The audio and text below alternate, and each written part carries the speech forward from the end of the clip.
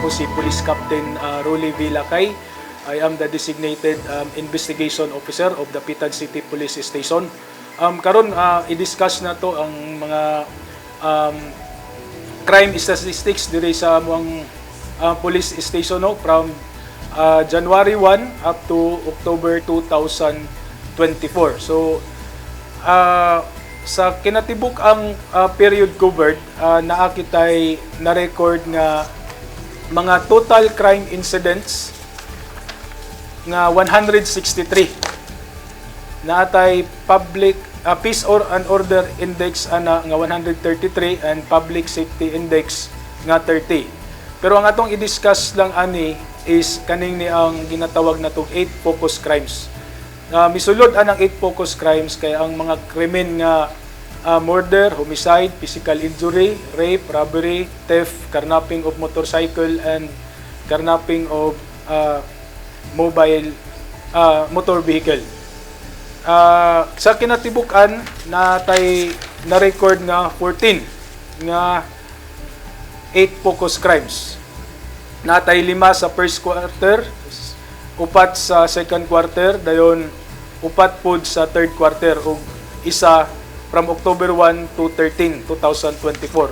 So ang breakdown ani natay theft incidents nga 4 ka buok, homicide incident nga isa ka murder ug 3 ka physical injuries and 4 rape cases. So in totality naatay pag-ubos sa ato ang total crime incidents nga nahitabo within the period covered. So generally sa assessment namo is nagpabilin nga peaceful ang atong sunod sa dapitan ug ang atong mga residente ug atong mga dumuduong dili agay mabalaka tungod kay ang inyong kapulisan nagapadayon sa pag-implement sa mga rules and regulations nga kinahanglang i-implement para mapanatili nato ang pag-maintain sa peace and order diri sa ato ang area sa dapitan.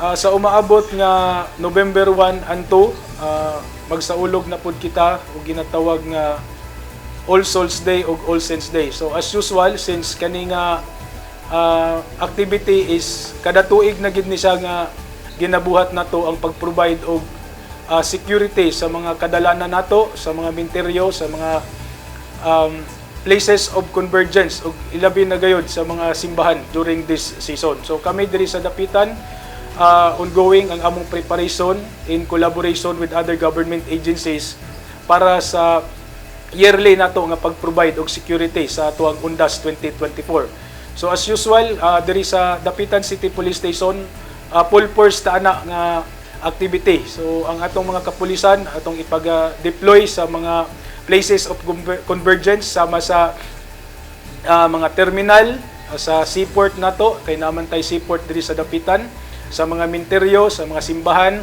ug uban pang mga places of convergence nato. Ilabi na gyud kanang mga beaches nato nga naa diri karon sa kuan nato kaning area nga daghang mga bisita inig maabot ang kuan Easter Sunday. So kami diri sa Dapitan City Police Station magapadayon gihapon sa pagserbisyo sa atong katawhan diri sa Dapitan ug sa mga bumisita diri sa atong lugar nga kinahanglan mapanatili namo ang hapsay ug kalinaw diri sa atong syudad. So sa ubos sa pagdumala sa amuang Chief of Police nga si Police Lieutenant Colonel Pilmore Dumagat, magpasalamat mi sa kinatibuk-an nga taga-dapitan o sa mga dumuduong sa dapitan sa suporta sa inyong kapulisan o manghinaot gihapon mi sa mga sumusunod nga mga adlaw nga padayon gihapon ang pagsuporta sa atong kapulisan. Kay kami diri sa Dapitan City Police Station magapadayon gihapon sa among mandato sa pagmintenar sa kahapsay ug kalinaw diri sa atong syudad.